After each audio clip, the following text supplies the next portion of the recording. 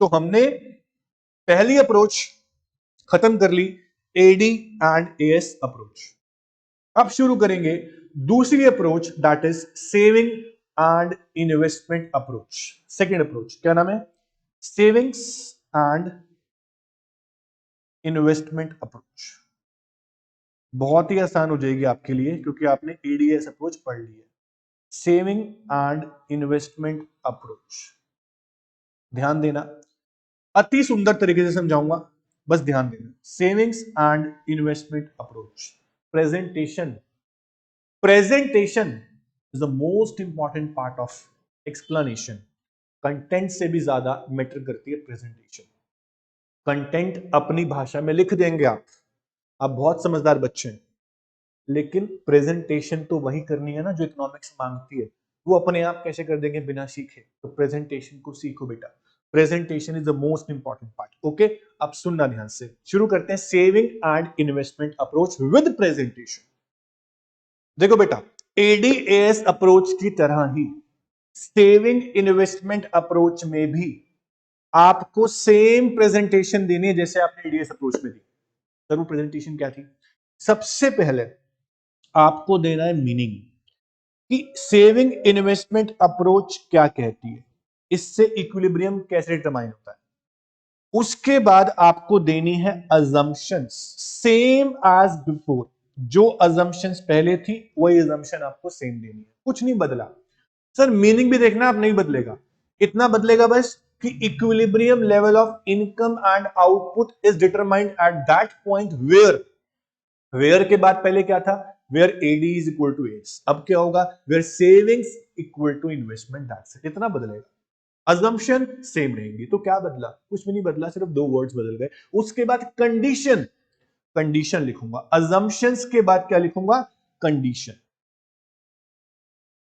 Condition मतलब कि कहां पर इक्विलिब्रियम होगा। उसके बाद बनाऊंगा टेबल। टेबल भी सेम जो पहले बना। सर चेंज क्या हुआ? जो जो चीजें चेंज होंगी बताऊंगा मैं आपको। टेबल भी सेम है। फिर डायग्राम, डायग्राम कंप्लीट चेंज है। डायग्राम में चेंज है, एक्सप्लेनेशन में चेंज है। तो शुरू का जो मटेरियल है, शुरू का जो कंटेंट है ऑलमोस्ट सेम है। अब ध्यान से सुनना, बहुत ही आसान अप्रोच है।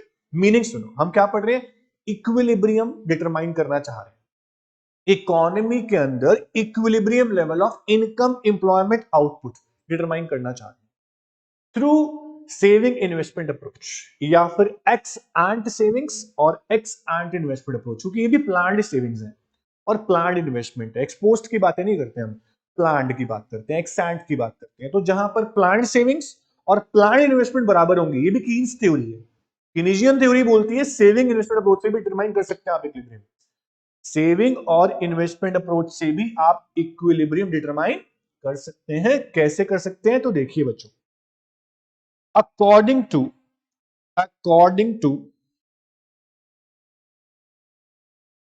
कीन्स, जेएम कीन्स, शॉर्ट में लिखता हूं, according to JM Keynes, equilibrium level of income, employment और output is to be determined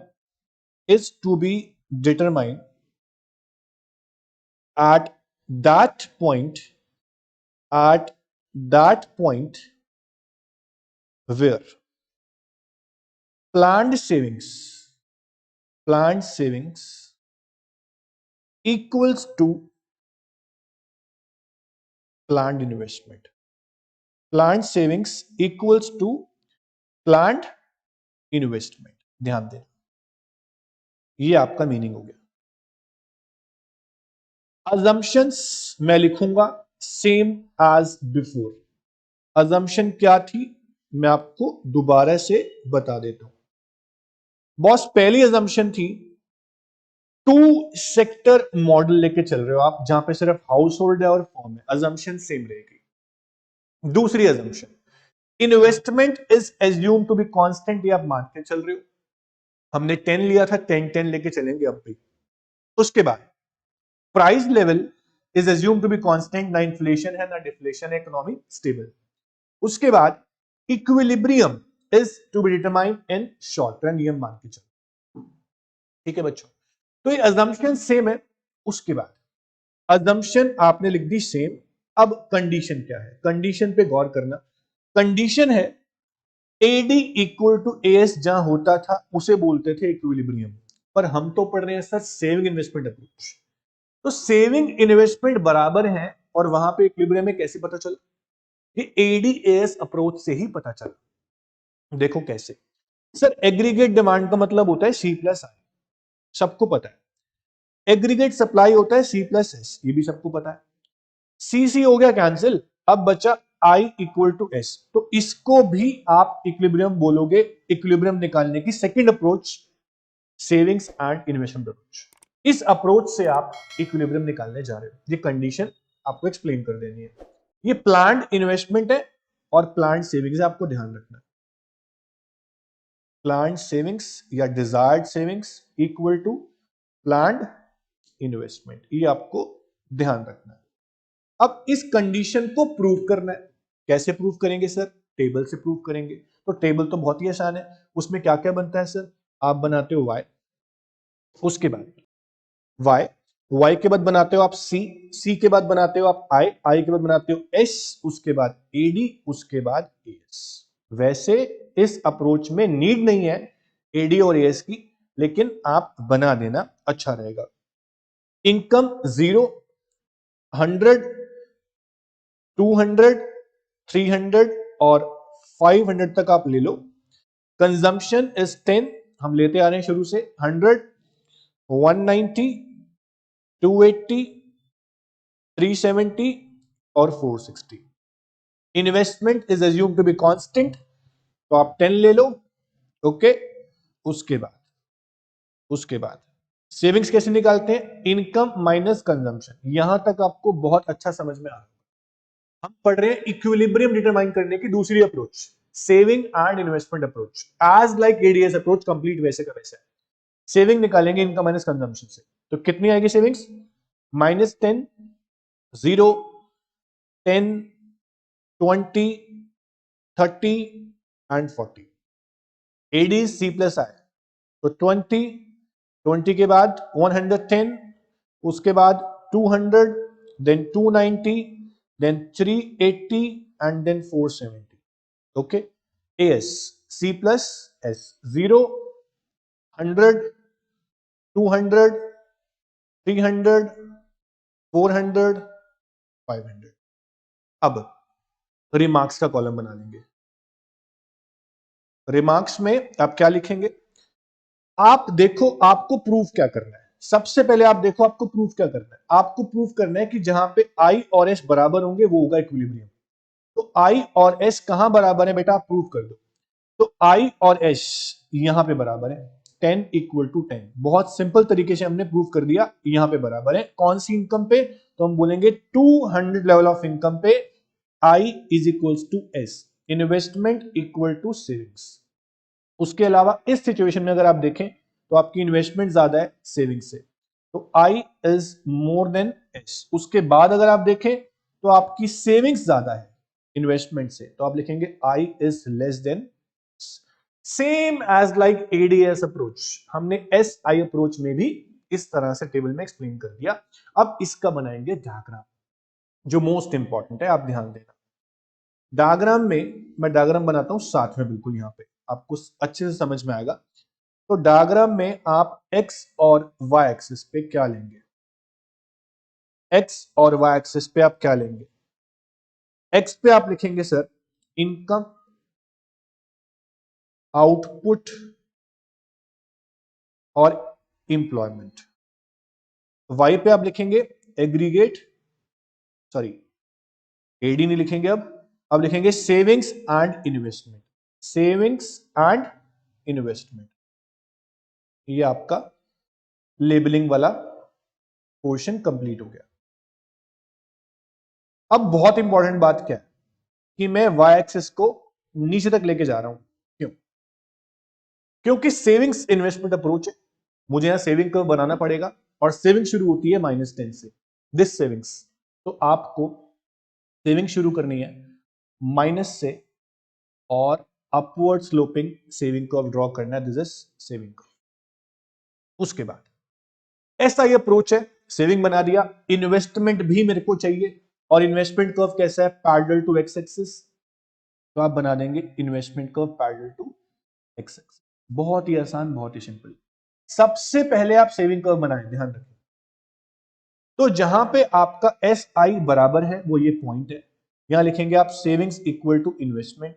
यहां पे आपकी इन्वेस्टमेंट ज्यादा है, सेविंग्स कम है बेटा, सेविंग नेगेटिव में, और यहां आपकी सेविंग ज्यादा है, इन्वेस्टमेंट कम।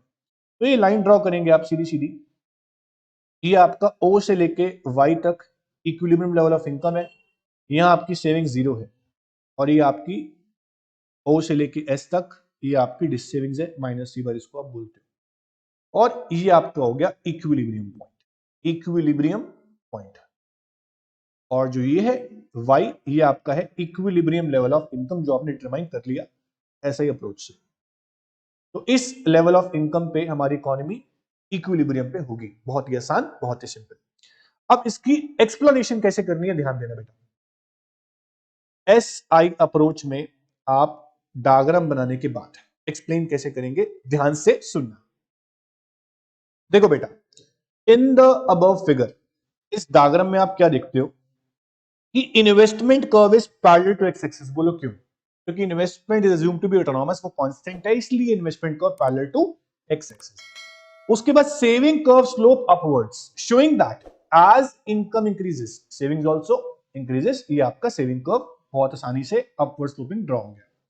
उसके बाद बताओ, economy is in equilibrium at point ई। यहां पर इकोनॉमी क्या है, इक्विलिब्रियम पे, क्योंकि यहां पे सेविंग्स और इन्वेस्टमेंट बराबर है। ये आपको समझ में आ गया होगा।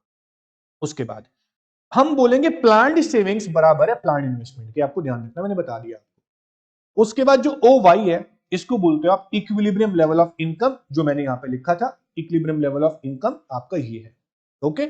उसके बाद इन टेबल 200 करोड़ पे, टेबल की बात कर रहा है, 200 करोड़ पे इकोनॉमी इक्विलिब्रियम पे, क्योंकि यहां पर ही आपकी इन्वेस्टमेंट और सेविंग बराबर है। ये आपका होगा equilibrium level of output and employment. उसके बाद अब आती है मोस्ट इंपॉर्टेंट बात, जो हमने पहले भी की थी। जैसे हमने पहले किया था कि अगर AD मोर देन AS होगा तो क्या होगा, और AD लेस देन AS होगा तो क्या होगा। सेम बात यहां भी आपको समझानी पड़ेगी। अगर प्लान्ड सेविंग्स ज्यादा है प्लान्ड इन्वेस्टमेंट से, तो क्या होगा। इसको समझाने का तरीका बहुत आसान है मेरे पास।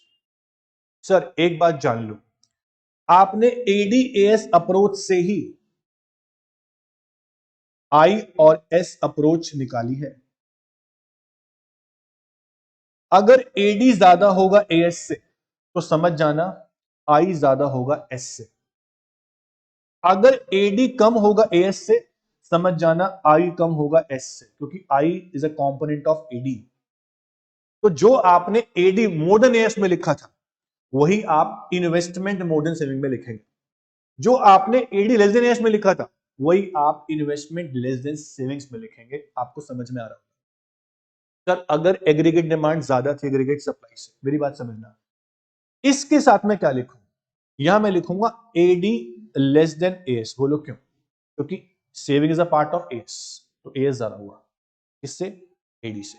अब AD कम था AS से, तो क्या था, अगर सेविंग्स ज्यादा इन्वेस्टमेंट कम है, इसका मतलब क्या है कि जो हाउस होल्ड और फर्म्स हैं उनका कंजम्पशन बहुत ज्यादा हो रहा है, तभी तो सेविंग बहुत ज्यादा है। सॉरी, कंजम्पशन जो है बहुत कम होता है, तभी सेविंग उनकी ज्यादा है। तो हाउस होल्ड और फर्म दोनों के दोनों कंजम्पशन कम कर रहे हैं। जितना आउटपुट इकोनॉमी के अंदर प्लान्ड है, उतनी डिमांड इकोनॉमी के अंदर नहीं है। तो क्या करना पड़ेगा, जब डिमांड नहीं है और प्रोडक्शन बहुत ज्यादा है, तो प्रोडक्शन को कम करना पड़ेगा। कौन कम करेगा सर? फर्म्स कम करेंगी। और जब फर्म्स प्रोडक्शन कम करेंगी, सोचो अब मेरी बात सुनना, जब फर्म्स प्रोडक्शन कम करेंगी तो क्या होगा, जब फर्म प्रोडक्शन कम करेंगी मतलब एग्रीगेट सप्लाई कम हो जाएगी। अगर एग्रीगेट सप्लाई कम हो गई तो कंट्री की नेशनल इनकम कम हो जाएगी। समझ में आ रहा है? और नेशनल इनकम कम हो गई तो कंट्री की सेविंग्स भी कम हो गई, और सेविंग्स को तब तक कम करेंगे जब तक इन्वेस्टमेंट के बराबर नहीं आती। एक लाइन और एक्स्ट्रा बढ़ गई यहां पे, मैं फिर से समझाऊंगा, आपको ध्यान से सुनना है बेटा। If savings more than investment. इसको ध्यान से सुनना। सबसे पहली बात, सेविंग ज्यादा इन्वेस्टमेंट्स का मतलब क्या है? सेविंग ज्यादा इन्वेस्टमेंट्स इसका मतलब क्या है कि आपका एएस ज्यादा है एग्रीगेट डिमांड से। मैंने कैसे निकाल लिया? बहुत सिंपल तरीका है बेटा। इन्वेस्टमेंट किसका कंपोनेंट होता है? एग्रीगेट डिमांड का, और सब सेविंग्स एग्रीगेट सप्लाई का। मतलब आपका एडी जो है वो कम है, एएस आपका ज्यादा है। अगर एडी आपका कम है, एएस ज्यादा है, इसका मतलब क्या है कि इस सिचुएशन में जो फर्म्स और कंज्यूमर्स यानी कि हाउस होल्ड लिख देता हूं मैं यहां पे, जो हाउस होल्ड्स हैं और जो फर्म्स हैं, हाउस होल्ड्स और फर्म्स दोनों के दोनों डिमांड जो है वो कम कर रहे हैं प्लान्ड आउटपुट से। जितनी आउटपुट प्लान्ड है उससे कम अभी उनकी डिमांड है। तो आपको इक्विलिब्रियम अचीव करना है। इक्विलिब्रियम अचीव तब होगा जब आप आउटपुट को कम कर दोगे। आउटपुट को कम कर दोगे।